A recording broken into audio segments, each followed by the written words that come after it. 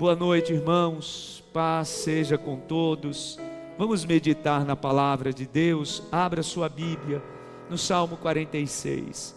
Se você puder continuar de pé no seu lugar para lermos a palavra, vamos ler a palavra no Salmo 46. Todas as vezes que os judeus vão ler a palavra, eles fazem isso de pé, e quando termina o texto, eles dizem: força, força, que sejamos fortalecidos. Nós somos cristãos, já vivemos na nova aliança, mas, por exemplo, o salmo que a gente vai ler agora é do Antigo Testamento. Então, sim, o povo da promessa, o povo da aliança de Deus tem muito a nos ensinar. Todas as vezes que você ler a palavra, declare isso no seu coração, que a palavra de Deus te fortalece. Declare isso no seu coração: meu Deus, é essa palavra que fortalece a minha alma, é essa palavra que fortalece a minha fé. Foi exatamente assim que o Espírito Santo trouxe ao meu coração quando eu estava vindo para subir, para ministrar a palavra. Muitas pessoas aqui que precisam ter a fé fortalecida, e o Senhor nessa noite vai fortalecer a tua fé no nome de Jesus. Você crê nisso? Diga amém. Salmo 46 é esse salmo que o Senhor vai usar nessa noite para a nossa edificação, nessa noite que nós chamamos de culto da vitória. Salmo 46, diz assim a palavra. A gente sempre lê, irmãos, na Bíblia, na versão NVI, tá? Mas nessa noite eu quero pedir licença a você para a gente ler em outra versão, uma versão que desde pequeno eu acostumei a meditar, tanto que esse salmo eu decorei ainda criança, e foi nessa versão, na versão atualizada, ou para alguns também na versão revista e corrigida, é bem parecida, mas não vai mudar muito o entendimento, tá? Salmo 46 diz assim: Deus é o nosso refúgio e fortaleza, socorro bem presente na angústia. Você pode dizer amém? Socorro bem presente na angústia. Pelo que não temeremos, ainda que a terra mude, e ainda que os montes se projetem para o meio dos mares, ainda que as águas rujam e espumem, ainda que os montes se abalem pela sua bravura, em outra versão diz pela sua braveza. Há um rio cujas correntes alegram a cidade de Deus, o lugar santo da morada do Altíssimo. Deus está no meio dela, não será abalada. Deus a ajudará desde o raiar da alva. Em outra versão diz, desde o romper da manhã. As nações se embravecem, os reinos se abalam, ele levanta a sua voz e a terra se derrete. O Senhor dos exércitos está conosco, o Deus de Jacó é o nosso refúgio.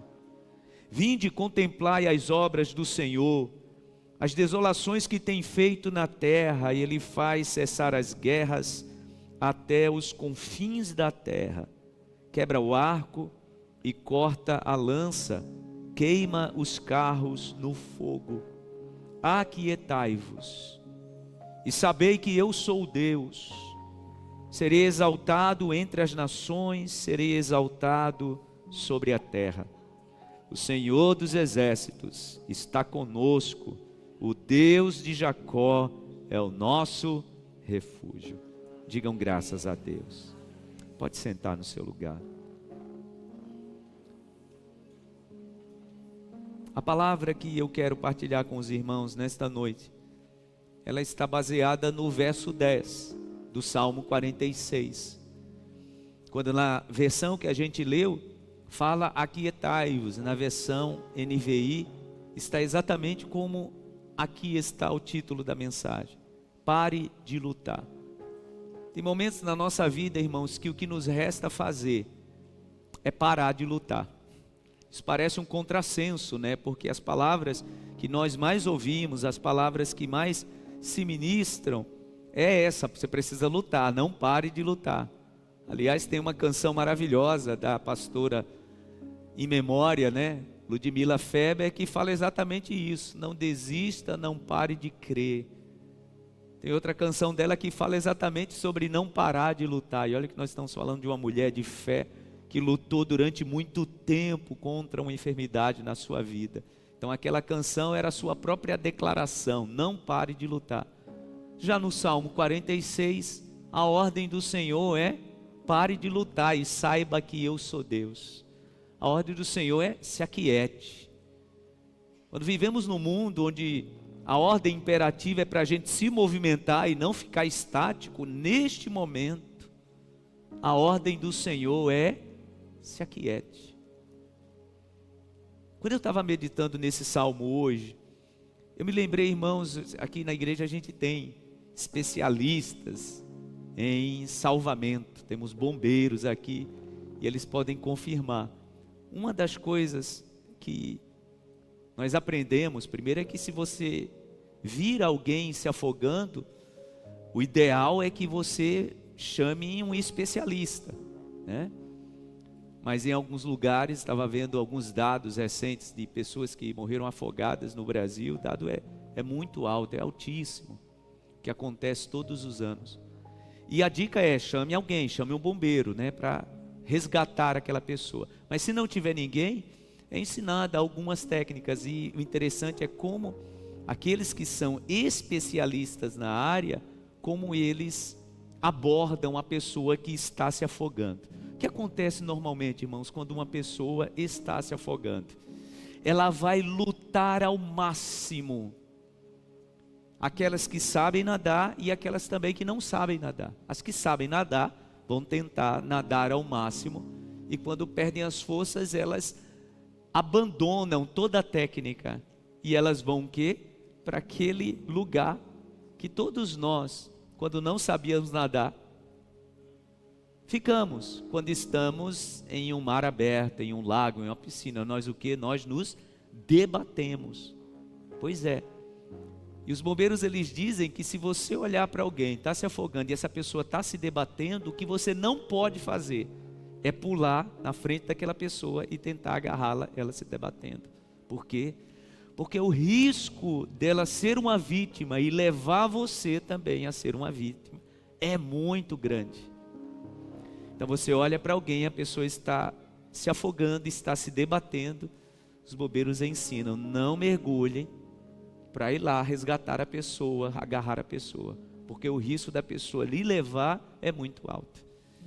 Os especialistas dizem que uma das primeiras técnicas, né? Primeiro é você avaliar o cenário, a situação, e depois é tentar levar ao máximo. Claro que isso se dá, né, gente, numa fração ali de segundos e de minutos. É o que pode resultar, né, no resgate ou na morte de alguém.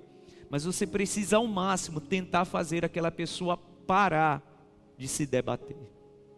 Parar de se debater. Porque só assim você pode chegar nela. Às vezes, irmãos, nós estamos querendo ajudar a vida de alguém.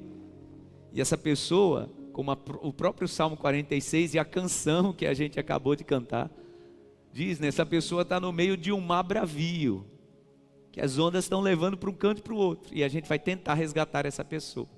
Há um risco muito grande da gente ir junto, porque tentar salvar quem está se debatendo, há um risco muito grande da gente ir junto. Você entende por que que no Salmo 46, o Senhor, Ele usa essa ordem imperativa nesse momento? Agora é hora de você parar de lutar. É como se Deus estivesse dizendo assim: eu estou querendo agir, mas você se debatendo desse jeito, eu não consigo nem usar alguém para ir aí te ajudar. Pare um pouquinho. A palavra no hebraico aqui, no original, é rafá, que de todos os significados, o que eu mais gostei foi esse. Aquietar é você afrouxar. É você, de fato, literalmente, se deixar afundar. Porque quando você está se debatendo, se alguém chega para tentar te salvar, isso já aconteceu comigo, tá, gente? Graças a Deus. O Senhor não deixou que a coisa fatal acontecesse, mas foi muito difícil. Uma vez a gente estava num lago, numa cachoeira, e eu tentei salvar minha irmã, e ela estava se debatendo.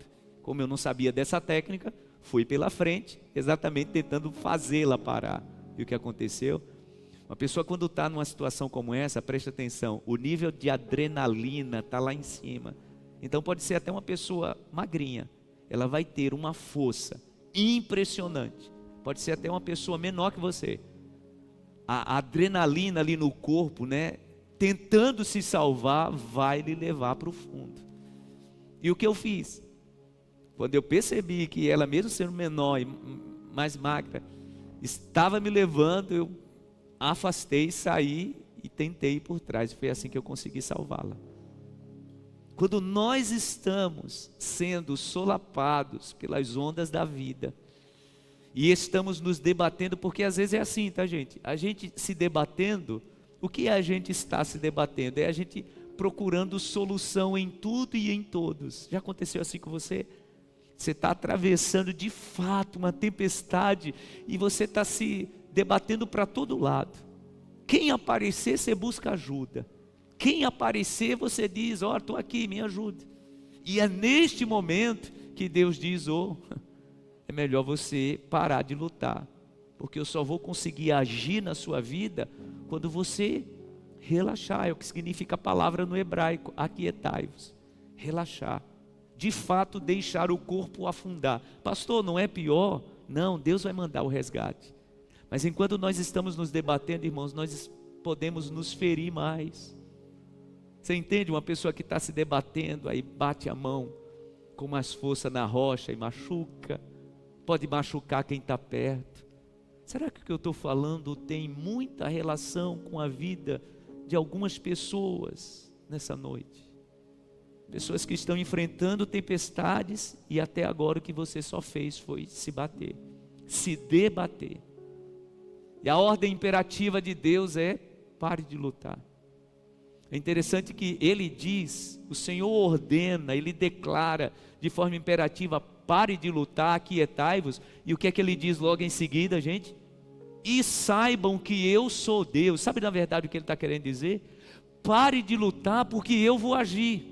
Mas do jeito que você está se debatendo, eu não vou nem conseguir mandar ajuda. Do jeito que você está atirando para todo lado, do jeito que você está querendo resgate a qualquer custo, eu não vou conseguir te ajudar. Em alguns momentos na nossa vida, irmãos, nós precisamos obedecer a ordem de Deus. Sabe por quê? Esse nosso estado de nos debatermos pode piorar a situação. A ordem imperativa de Deus é: pare de lutar. Sabe o que é interessante? Aqui no Salmo 46, não sei se você percebeu, mas lá no início o salmista fala sobre mar, bravio, sobre tempestade, sobre monte se abalando. Sabe o que eu vejo no início do Salmo 46? Olhe para mim, eu vejo um completo caos. Um completo caos.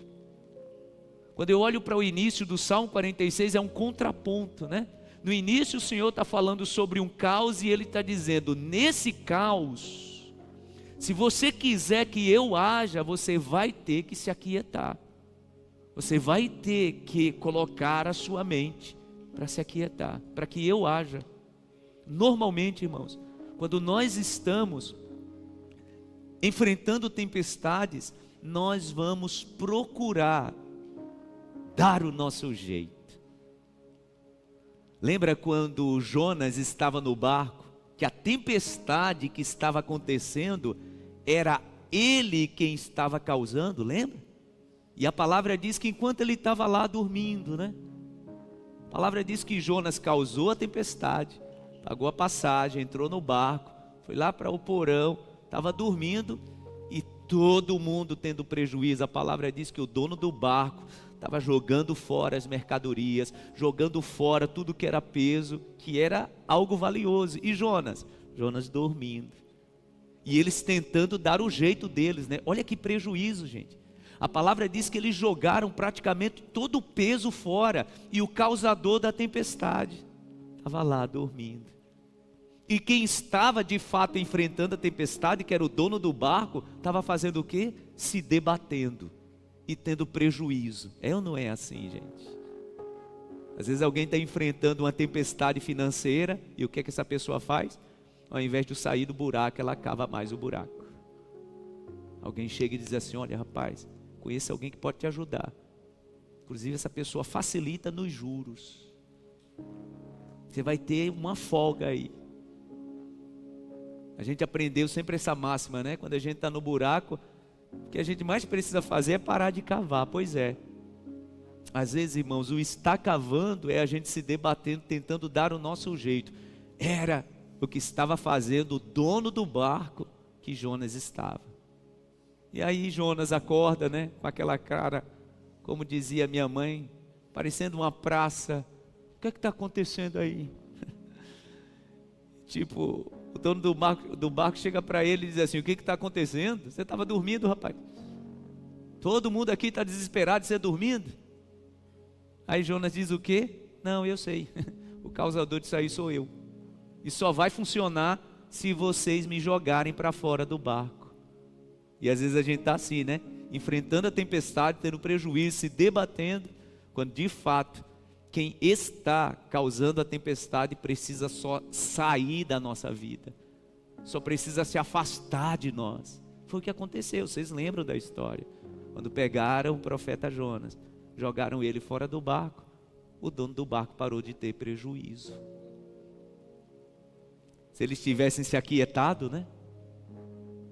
Se eles tivessem parado de se debater, eu acho que Jonas teria acordado antes e eles teriam a informação certa. Está enfrentando tempestades, irmãos, está enfrentando o caos narrado no início do Salmo 46. Exige de nós total e completa confiança no nosso Deus. Porque é muito difícil mesmo. Presta atenção, é muito difícil quando nós estamos sendo completamente afingidos pelas tempestades, pelas ondas da vida, a gente se manter calmo. Por isso que essa ordem de Deus, como eu disse no início da minha mensagem, parece um contrassenso. Como assim eu vou ficar calmo numa situação dessa, pastor? Aliás, a gente costuma dizer isso sempre, né? Para amigos ou para alguém da nossa família. Quando alguém percebe que nós estamos perdendo o nosso raciocínio, nós estamos perdendo a razão, nós estamos nos debatendo, tomando decisões completamente erradas. Porque quando a gente está se debatendo é assim, tá, gente? A gente não se importa no que é que a gente vai se segurar. Se alguém jogar um fio, ainda eletrificado, alguém que está morrendo, ele vai segurar. Porque ele está no desespero. É absurdo o que eu estou dizendo? Não, é uma verdade. A pessoa vai se agarrar a tudo que na mente é algo que vai me resgatar.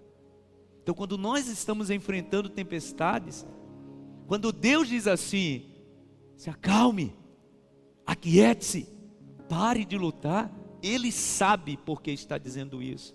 Ouça e olhe para mim, Deus não está ignorando o seu esforço. Deus não está ignorando o que você está vivendo. Porque para algumas pessoas pastor, como que eu posso ficar calmo?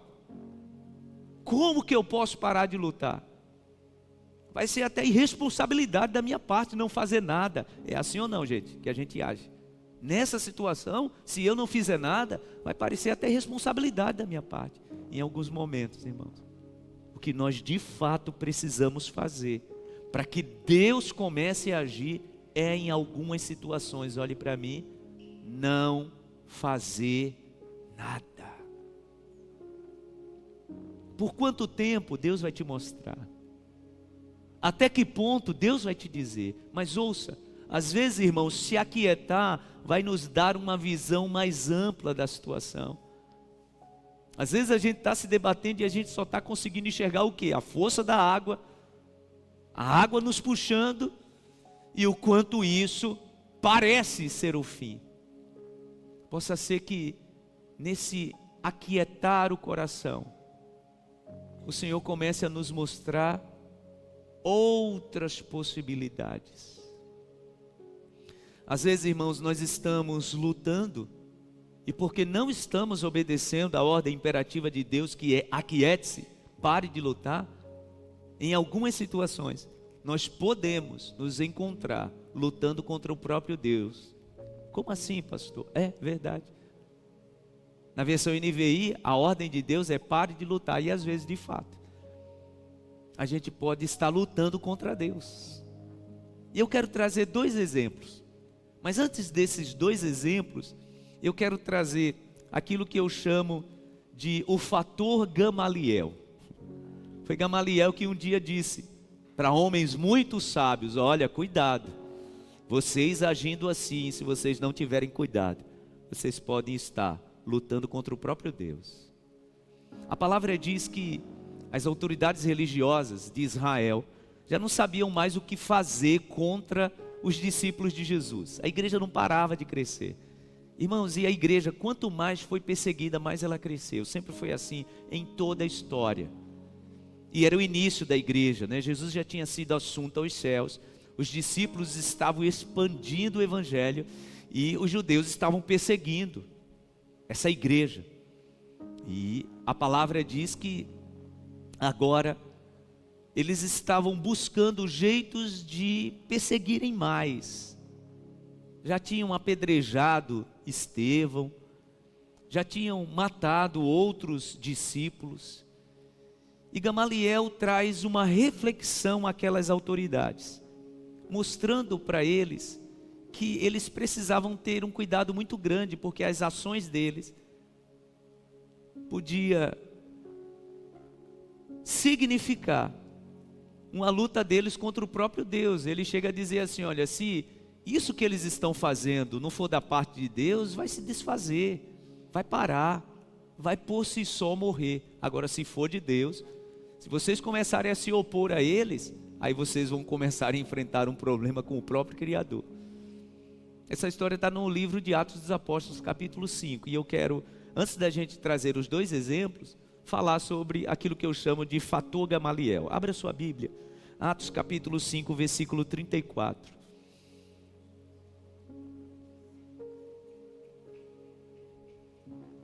Deixa eu só fazer uma correção. Eu disse que eles já tinham matado Estevão. Não, nesse momento ainda não tinha acontecido isso. Estevão é morto depois.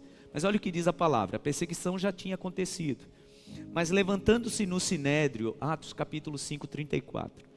Levantando-se no sinédrio, certo fariseu chamado Gamaliel, doutor da lei, acatado por todo o povo, mandou que por um pouco saísse aqueles homens. E prosseguiu: varões israelitas, acautelai-vos a respeito do que estai para fazer a estes homens. Porque há algum tempo levantou-se Teudas, dizendo ser alguém, ao qual se juntaram uns 400 homens, mas ele foi morto. E todos os quantos lhe obedeciam foram dispersos e reduzidos a nada. Depois dele levantou-se Judas, o galileu, nos dias do recenseamento, e levou muitos após si, mas também esse pereceu. E todos quantos lhe obedeciam foram dispersos. Agora vos digo: dai de mão a estes homens e deixai-os, porque este conselho ou esta obra, caso seja dos homens, se desfará. Mas se é de Deus, não podereis derrotá-los, para que não sejais, porventura, achados até combatendo contra Deus. Na versão NVI diz: lutando contra Deus. Eu quero destacar, irmãos, 3 pontos na nossa vida, na minha e na sua vida, que podem caracterizar em algum momento que a gente pode estar lutando contra Deus. Já que a palavra desta noite, a ordem de Deus é: pare de lutar. Às vezes a gente pode estar lutando contra Deus. Primeiro, quando é, pastor, que eu posso estar lutando contra Deus? Deixa eu te dizer: quando eu e você estamos indo em sentido contrário à direção que Deus determinou para a nossa vida. Sabe quando Deus estabeleceu um propósito para mim, para você, e a gente está indo na direção contrária? Isso pode caracterizar que a gente está lutando contra Deus. Sabe com quem isso aconteceu? Com o profeta Balaão, lembra? Balaão decidiu fazer algo, está narrado no livro de Números, que Deus não tinha autorizado. Oh, irmãos, quantas vezes na nossa vida nós estamos seguindo o caminho que é claro. Deixa eu te dizer uma coisa: você que conhece a Deus, você sabe que tem certos caminhos, tem certos projetos que Deus não sonhou para você, não quer para a tua vida. Sabe o que acontece quando a gente está vivendo assim? Olhe para mim, a gente não tem coragem nem de orar sobre aquele assunto falando com Deus, nem de orar. A gente nem toca naquele assunto nas nossas orações. Eu lembro do tempo na minha vida que eu estava dentro de um relacionamento que eu sabia que Deus não queria para mim. E aí quando eu orava sobre todos os assuntos da minha vida, menos sobre aquele assunto. Quando chegava para orar pelo aquele assunto, eu fazia assim, ó. Porque eu sabia que se eu tocasse naquele assunto para falar com Deus, Deus seria claro e dizia: meu filho, você sabe que não é esse caminho que eu quero para você. E às vezes, irmãos, me perdoe a expressão que eu quero usar, às vezes a gente quer dar uma de inteligente para cima de Deus. Tem coisa que você não tem coragem nem de falar com Deus, porque você sabe que não é o que Deus quer para você. Aí a gente está lutando contra Deus. Aí de fato a gente está em combate com o Senhor. A gente não tem nem coragem de falar com Ele sobre o assunto. Balaão estava assim, lembra da história? Deus manda um anjo para executar juízo sobre ele. Está aqui Balaão, né? Em cima da jumenta dele. A palavra diz que o anjo aparece, aí Balaão sai do caminho e vem para um caminho diferente. Aí, porque ele tava, a jumenta estava vendo o anjo e ele não. Aí ele, olha, na jumenta, aí a jumenta volta para o caminho, para onde ele estava indo. Ele estava indo fazer um negócio que Deus tinha dito para ele não fazer. Aí mais adiante a palavra diz que a jumenta saindo do caminho, foi para um lugar onde o caminho era muito estreito e começou a imprensar a perna dele na cerca. E ela imprensou tanto a perna dele que feriu. E quando ele sentiu que feriu, aí que ele bateu na jumenta. Lembra dessa história? Porque às vezes, irmãos, quando nós estamos andando em caminhos que Deus não quer para a gente começa a se ferir. Mas mesmo assim a gente está insistindo. A perna de Balaão feriu. Aí a palavra diz que ele pega o chicote, ó, continua batendo na jumenta. Aí traz a jumenta no esforço para o caminho e continua indo para o lugar que Deus tinha dito para ele não ir. Mais adiante, a palavra diz que o anjo do Senhor, que ele, o profeta, imagina gente, ele era um profeta, ele tinha uma visão celestial, mas ele não estava conseguindo ver. Por quê? Porque ele estava lutando contra Deus. Aí o anjo do Senhor, a palavra diz que ele tira a espada e executar o juízo contra o profeta. Aí o que a jumenta fez? Tem momentos na vida, né, irmãos, que os animais irracionais estão agindo com mais prudência do que nós que somos racionais. A jumenta, a palavra diz que ela se senta. Aí que Balaão desce o chicote nela. Aí nesse momento, como Deus percebeu que ele estava de fato com o coração voltado para lutar contra ele, aí a palavra diz que Deus faz o quê? Abre a boca da jumenta. E a jumenta se vira para ele e pergunta o quê? Por que você está me batendo? Gente, se eu estou em cima do animal, o animal conversa comigo, eu saio numa disparada tão grande. Já imaginou? Você tem gato, você tem um pet em casa? Já imaginou? Lá em casa a gente tinha uma coelhinha. A coelhinha abria a boca para falar comigo, gente. Para descer do terceiro andar vai ser assim rapidinho. Pois a palavra diz que a jumenta abre a boca e fala com o profeta e ele conversa com ela. A jumenta diz para ele: por que você está me batendo? Ele diz: porque você não está me obedecendo. Gente, quando nós estamos lutando contra Deus e indo em direção contrária, nós nos colocamos em situações vexatórias, que nem a gente percebe. Me permita dizer isso, às vezes nós vamos para o cúmulo do ridículo. É assim. O homem abriu a boca para falar com o animal: estou lhe batendo que você não me obedece. Aí a palavra diz que então os olhos dele se abrem e ele vê o anjo do Senhor à frente com a espada pronta para executar juízo. E o anjo diz para ele: olha, agradeça ao seu animal, porque desde que você saiu de casa eu estava pronto para executar juízo em você, por você estar num caminho que eu não determinei que você fosse. O parar de lutar, gente, é parar de se opor ao propósito dele. No nome de Jesus, você conhece, não importa por quantos caminhos você já andou, você conhece o propósito, o sonho e a vontade de Deus para a tua vida. Por que você está resistindo? Isso é lutar contra ele, é lutar contra o plano dele na tua vida. A ordem de Deus é: pare de lutar.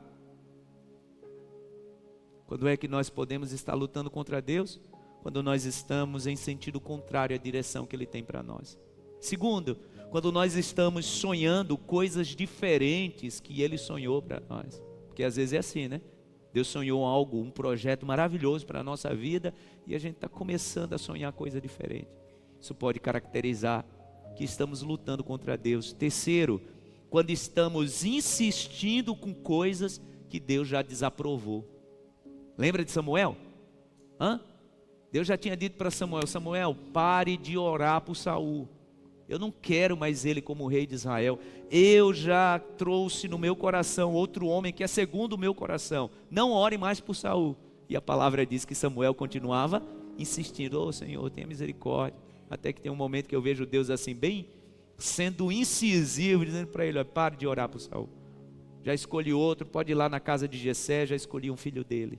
Às vezes, irmãos, nós estamos lutando contra Deus quando estamos atrasando o propósito dele na nossa vida, porque estamos insistindo, né?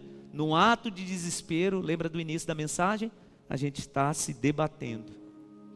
Isso pode caracterizar que estamos lutando contra o Senhor. Eu quero encerrar essa minha palavra dizendo para você que Deus só abençoa quem de fato para de lutar contra Ele. Eu quero que você vá para casa com essa visão. Deus só abençoa quem para de insistir em lutar contra Ele. Lembra de Jacó? Às vezes a gente olha para aquela situação de Jacó, né, quando a palavra diz que ele lutou com o anjo, e parece que ele só está lutando para ser abençoado. Mas entenda, a bênção só chegou quando Jacó parou de lutar com o anjo. Lembra da história? Jacó está fugindo do seu irmão. A palavra diz que ele passa toda a família para o lado de lá do ribeiro e fica desse lado de cá. Do outro lado estava a sua família, só que mais adiante, a palavra diz que o irmão dele, Esaú, estava vindo para acertar contas com ele, praticamente 21 anos depois. Vocês lembram que ele saiu de casa fugido, tinha roubado, né, a bênção do irmão. Praticamente 21 anos depois, agora ele está voltando para a casa do pai. O irmão manda recado para ele, dizendo: diga a Jacó que eu estou indo me encontrar. E Jacó tremeu nas bases, com medo de que seu irmão viesse se vingar. Passa a família para o outro lado e fica desse lado o quê? Pedindo a Deus que o resgatasse. Nesse momento, gente, da vida de Jacó, o turbilhão de águas do mar que ele estava enfrentando estava afogando ele, a alma dele. Já esteve um momento assim de desespero? Parece que você não consegue visualizar algo além do que água tentando te submergir, como disse a canção, né? Aí a palavra diz que o anjo do Senhor aparece e Jacó se agarra com ele no desespero, porque às vezes é assim, né? Às vezes o nosso desespero faz a gente se agarrar em qualquer coisa. Havia um risco muito grande, tá, gente? Nós estamos falando de um homem que estava se agarrando a um ser espiritual. E a palavra diz que ele se agarra e ele luta durante toda a noite. Quando começa a chegar a alva, a alvorada, o Senhor diz para ele: me solte. Ele diz: não, só lhe solto quando o Senhor me abençoar. Por isso que eu disse que a impressão que a gente tem é que Jacó fez o certo, né? De segurar e dizer: ó, só lhe solto quando você me abençoar. Agora eu te pergunto, por que Deus tocou na articulação da coxa dele e ele desabou? E só depois o Senhor o abençoou. Eu tenho a minha percepção, a Bíblia não diz isso não, mas eu tenho a minha percepção, que às vezes, irmãos, a gente no ato de desespero, a gente está forçando a barra. No ato de desespero, a gente está se debatendo e o Senhor está querendo dizer: peraí, ó, eu quero você calmo diante de mim para eu te abençoar. Mas tem que ser do jeito certo. A palavra diz que o anjo do Senhor toca na articulação de Jacó. Aí ele desaba de dor. A perna dele se deslocou. E agora ele está lá no chão. E o Senhor diz para ele: como é o teu nome? Ah, meu nome é Jacó. Teu nome a partir de hoje não é mais Jacó. Teu nome a partir de hoje é Israel. Jacó era aquele que agarrava toda oportunidade. Israel é aquele que luta com Deus e prevalece. Mas para você ser abençoado, você precisa estar diante de mim pleno. Não, permita a expressão que eu vou usar, viu? Não nesse afobamento, não nesse desespero. Agora Jacó está lá no chão, né, gente? Todo com articulação, possivelmente tremendo, e Deus olhando para ele, mais ou menos assim: agora você está mais calminho, meu filho. Pronto, agora você vai me ouvir com clareza. daquele jeito ali, se agarrando a qualquer coisa, você não vai me ouvir. Agora sim, deixa eu te abençoar. E ali é que o neto de Abraão recebe a mesma bênção que o seu avô Abraão tinha recebido. Por quê? Porque agora ele estava pronto para ouvir ao Senhor. Olhe para mim. Tem pessoas, irmãos, que não estão conseguindo distinguir a voz de Deus, o recado do Senhor, porque você está num afã, no desespero, está se debatendo para todo lado. O Senhor só fala na calma. Foi assim com Elias, né? Lembra o profeta Elias? Eu quero morrer, eu quero morrer. A palavra diz que ele entra na caverna, o Senhor disse para ele: Elias, venha para fora. Aí vem uma tempestade, cai fogo, vem muito vento. E a palavra diz que Deus não está em nada disso. Aí daqui a pouco vem uma brisa suave. E o Senhor pergunta para ele: o que é que você está fazendo aqui, Elias? Aí Elias continua brigando com Deus, vocês lembram? Ah, Senhor, só eu que me mantive fiel, todo mundo te abandonou. Aí Deus deixa ele se lamentar, chorar, reclamar. Porque às vezes, irmãos, esse nosso se debater diário é a nossa reclamação, como o profeta Elias. Todo mundo te abandonou, Jezabel agora está querendo matar todos os profetas, e Deus deixa ele falar.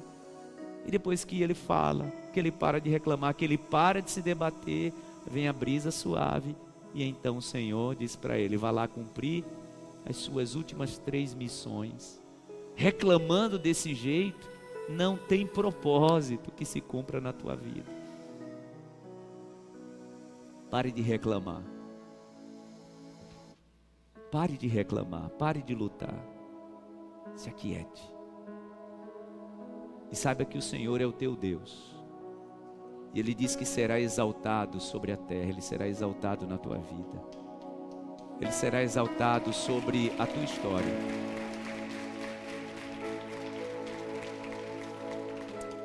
Às vezes, irmãos, nós estamos tão desesperados que a gente vai tentando construir cenários. E eu quero encerrar antes da gente orar te dizendo isso.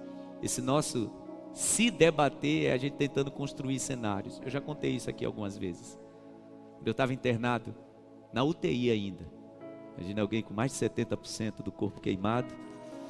Não tinha uma visão tão clara. Eu cria que Deus tinha dito para mim que Ele iria me tirar dali, mas era tudo muito nebuloso, né? E eu lembro que alguns dias ali na UTI eu comecei a planejar como seria a minha vida depois dali. Na época, estava concluindo o curso de engenharia, tinha muitos sonhos para trabalhar na empresa que eu trabalhava, e eu me vi em determinado momento em cima da cama de UTI, planejando, dizendo: o que é que eu vou fazer? Eu não consigo mais trabalhar na indústria. Com essas minhas lesões eu não consigo mais estar em um lugar insalubre. Aí eu já sei.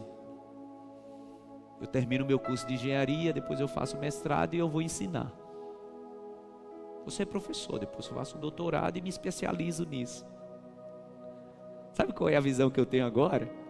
Aquela era a minha tarde de me debater em meio à tempestade. Deixa eu ver onde é que eu me seguro. Meu Criador estava lá de cima olhando para mim e dizendo: você não sabe de nada, Senhor. Para de se debater. Irmãos, às vezes o Senhor faz de forma bem proposital a gente ficar num completo silêncio, como fez com o profeta Elias. A palavra diz que antes da promessa das 3 últimas missões que ele precisava cumprir, o Senhor trouxe um completo silêncio. A palavra diz que veio uma brisa suave. Se você está vivendo um momento da sua vida que parece exatamente assim, tem gente que disse essa semana para Deus: Senhor, parece que está um marasmo total, Senhor, parece que nem está ouvindo minha oração. Esse silêncio é proposital. É para ver se você acalma a sua mente e aquieta seu coração. Porque o barulho e o ruído que a tua mente e o teu coração tem feito, Deus não consegue falar com você. A voz de Deus está disputando com esse ruído que você insiste em aumentar os decibéis. Porque às vezes é assim, né? A gente está vivendo tantos ruídos e a gente permite. A gente permite. E a gente ainda chama algumas pessoas para aumentarem o ruído. Já viu como é? Quando a gente está desesperado, a gente se agarra a qualquer um. A gente chega falando: rapaz, me ajude aí. Às vezes Daniel é um menino bom, abençoado, mas o que ele vai falar pode causar mais ruído. E às vezes o melhor, meu irmão, é a gente se trancar no quarto, falar alguma coisa com Deus e só ficar em silêncio. Foi assim que o Senhor falou com o profeta Elias. E eu quero te dizer que o silêncio de Deus, em muitos momentos, é o propósito dele, para a gente receber a promessa. Você pode dizer amém? Fique em pé no seu lugar. Diga para a pessoa do seu lado: pare de lutar, diminua o ruído e ouça a voz de Deus. Diga de novo: pare de lutar, diminua o ruído e ouça a voz de Deus. Coloque as duas mãos na altura do seu coração. Feche teus olhos. Sim, meu Deus, eu quero declarar que dependemos de Ti completamente. No nome de Jesus. Se o mar me submergir, a tua mão me traz à tona pra respirar e me faz andar sobre as águas. Declare isso: Tu és o Deus da minha salvação. És o Deus da minha salvação. És o meu dom. És o meu dono, minha paixão, minha canção e o meu louvor. Se o sol se pôr e a noite chegar, se o sol se pôr e a noite chegar, Tu és. Declare isso. Quem me guia. Se a tempestade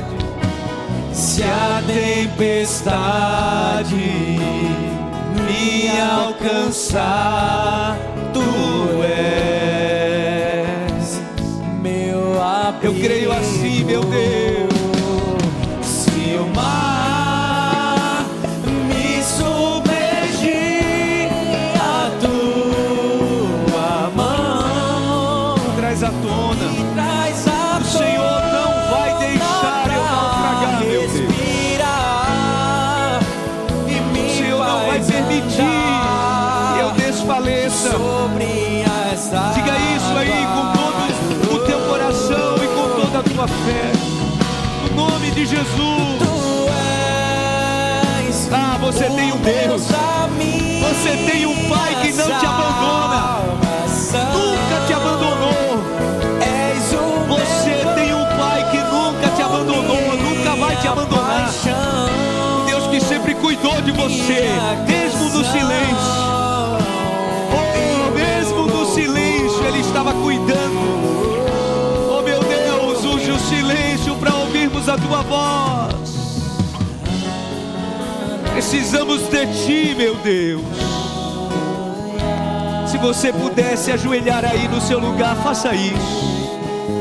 Apenas se você pudesse, não pode continuar em pé ou se sente. Mas eu quero convidar você para um tempo de conversa. Eu quero convidar você para um diálogo com o teu Deus. E Ele está dizendo para você nessa noite: se aquiete.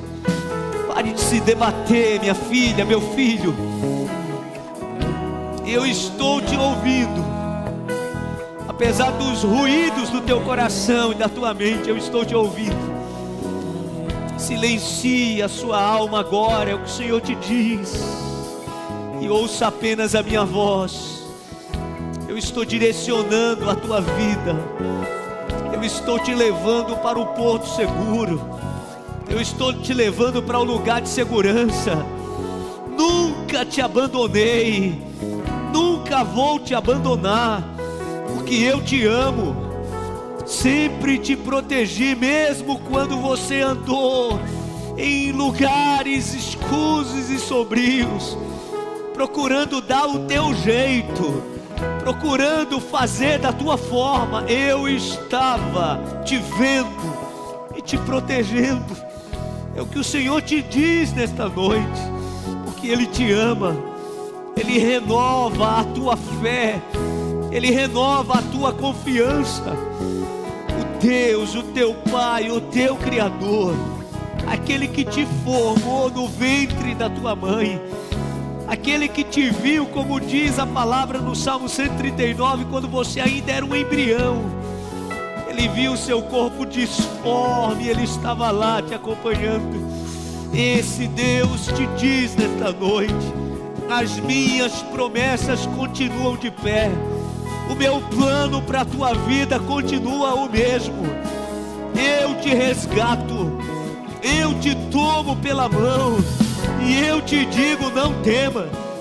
Pare de lutar e aquiete o seu coração e ouça a minha voz de amor, de cuidado, pois em todo o tempo eu tenho cuidado de você. Oh meu Deus, obrigado por essa palavra. Obrigado pelo teu cuidado, pelo teu zelo, pelo teu carinho. Como filhos, nos lançamos em teus braços de amor. Declaramos que dependemos de ti, tão somente de ti.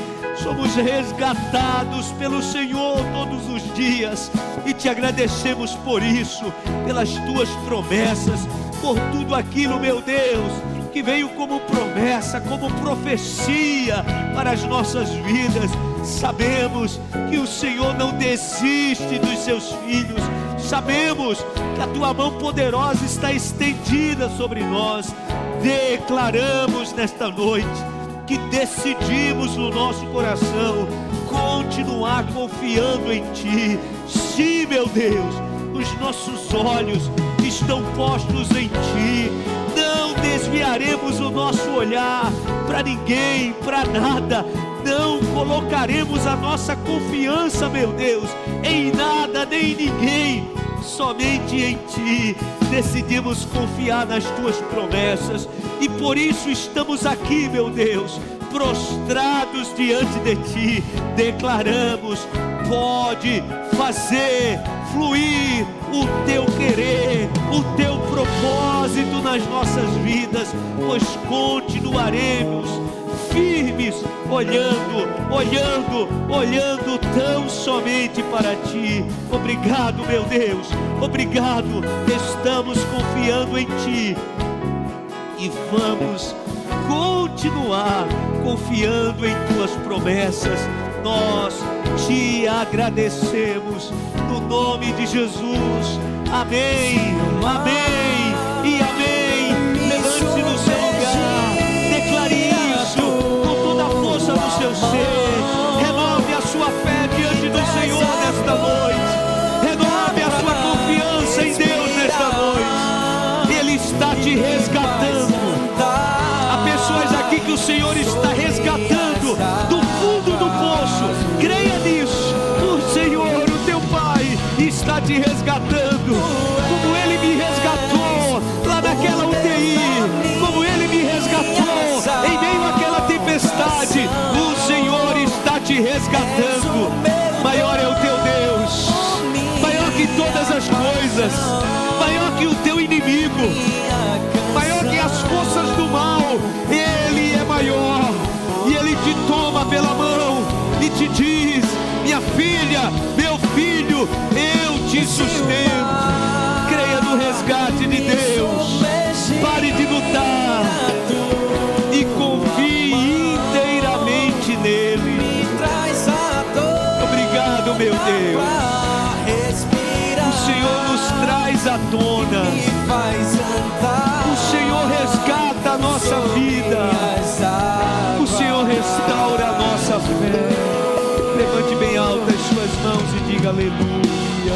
Aleluia. Nós louvamos o teu nome, Jesus.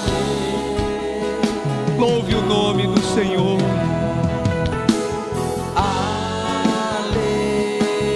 Te adoramos, Pai, e te bendizemos.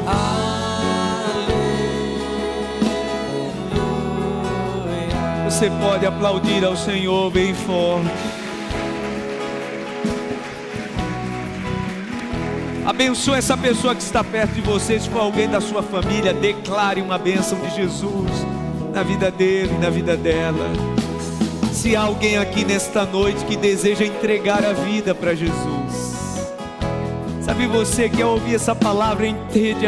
Jesus, somente com o Senhor a minha vida só tem sentido com o Senhor. Se você deseja tomar essa decisão nessa noite, antes da gente ir para casa, eu quero orar por você. Eu gostaria que você saísse do seu lugar e viesse aqui na frente do altar para eu orar por você. Você que vai tomar essa decisão e não quer ir para casa sem essa decisão tomada. Creia, o Senhor está te chamando para uma vida nova. O Senhor está te chamando para uma vida resgatada. Domingo passado, irmãos, no culto das 17, eu fiz esse apelo. E eu disse, olha, tem gente aqui que precisa tomar essa decisão. E você não pode ir para casa sem tomar essa decisão. Deus não vai deixar você ir. E aí, falei mais algumas vezes e não veio ninguém. E terminou o culto. E assim que terminou o culto, que eu vim aqui atender, chegou um irmão chorando, disse, pastor, eu já estava na porta, mas voltei com a minha esposa, porque eu não posso sair daqui sem essa decisão tomada. Eu disse, então eu vou orar por você. Ele fez a oração declarando Jesus na vida dele. Quando eu terminei de orar por ele, tinha outra moça aqui. Ela disse, pastor, eu entrei no carro e não consegui ligar o carro. Eu entrei no carro e não consegui ligar o carro. Fechei o carro e vim porque eu sabia que eu não podia ir para casa sem essa decisão tomada na minha vida. Orei e fiz a oração de confissão. Se tem alguém aqui nessa noite que deseja entregar sua vida para Jesus, não vá ligar seu carro não, venha antes de ligar seu carro, porque Jesus está te chamando para que essa decisão ela seja completa e total. Se não tem ninguém, eu vou orar, tá? Mas tenha certeza, se tem alguém, Deus não vai deixar você chegar em casa. Você vai voltar para tomar essa decisão, porque é assim que Jesus faz, tá? Porque às vezes Ele precisa silenciar as vozes que estão gritando no coração para a gente ter apenas uma voz, a voz do seu Espírito Santo. É só essa voz que Ele quer no teu coração te direcionando, a voz do Espírito Santo. Vamos orar agradecendo a Deus. Mas se tiver alguém, logo quando eu terminar o culto, eu ainda oro por você, tá? Obrigado, meu Deus, eu te agradeço. Obrigado pela quietude e pela paz que toma o nosso coração. Algumas pessoas chegaram aqui, meu Deus, com a alma completamente assoberbada. Pessoas chegaram aqui, meu Deus, com a mente entrando em colapso de tantos pensamentos, de tantas agressões nesses pensamentos. Mas agora, meu Deus, receberam do Teu Espírito Santo quietude e paz. A paz que a Tua palavra diz que excede todo o entendimento. Então que essa paz guarde a mente e o coração dos Teus filhos. Leva-os em paz para casa, debaixo dessa bênção. E que continuem, meu Deus, com esse propósito firme de descansar em Ti e de aquietar o coração e a alma, dependendo tão somente de Ti. Que seja assim. Que o restante da noite de quarta-feira seja, meu Deus, sim, bênção e motivo de bênção para os Teus filhos.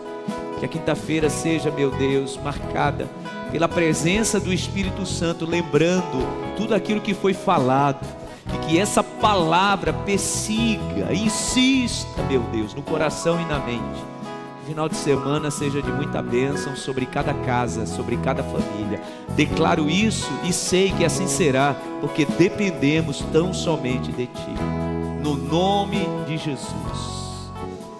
Que a graça do Senhor e Salvador Jesus Cristo, o amor de Deus, o nosso eterno Pai, a comunhão e a consolação do divino e eterno Espírito Santo esteja e permaneça sobre todos, hoje e sempre. Amém e amém. Aplauda ao Senhor. Deus abençoe. Vou em paz. Deus abençoe sua família. Você que não tem um livro ainda, Uma Vida com Propósito, já temos lá, tá? Então você pode ir lá adquirir o seu livro.